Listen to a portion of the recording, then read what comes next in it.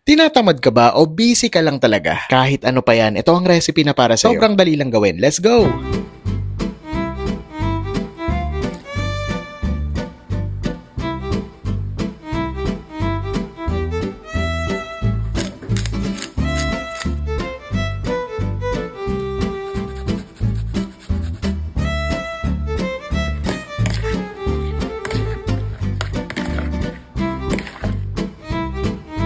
Gagamit tayo dito ng isa sa mga sinaunang rice cooker. 2 cups of rice equals to 1.5 water. Bakit? Dahil magjujuice pa yung chicken at ilalagay natin yung marinade sauce mamaya.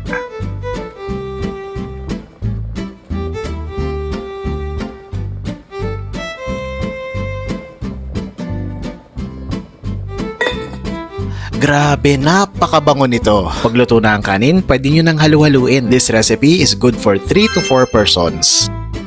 Kung nag-enjoy ka sa recipe na to ay huwag mong kakalimutang i-share to sa mga kakilala mo at i-follow mo na rin ang page ko. Ingat!